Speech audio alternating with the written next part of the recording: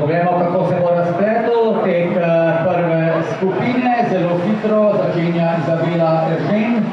Danica Žaka je zaenkrat v najboljšem položaju. Dobro tudi Alenki Površnik, Kladiva Celje.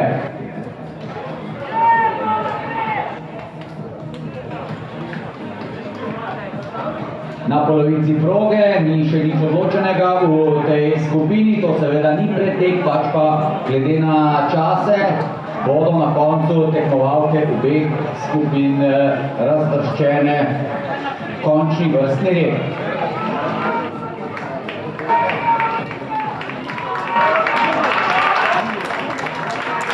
Takole boj za zmago v tej skupini na progah 4 in 5 na koncu, vendarle nikako rasa korak pred Izabelo Eržen, zmagovalka te skupine, čas zmagovalke pa 58:11, uradno popravljeno za stotinko na 58:10.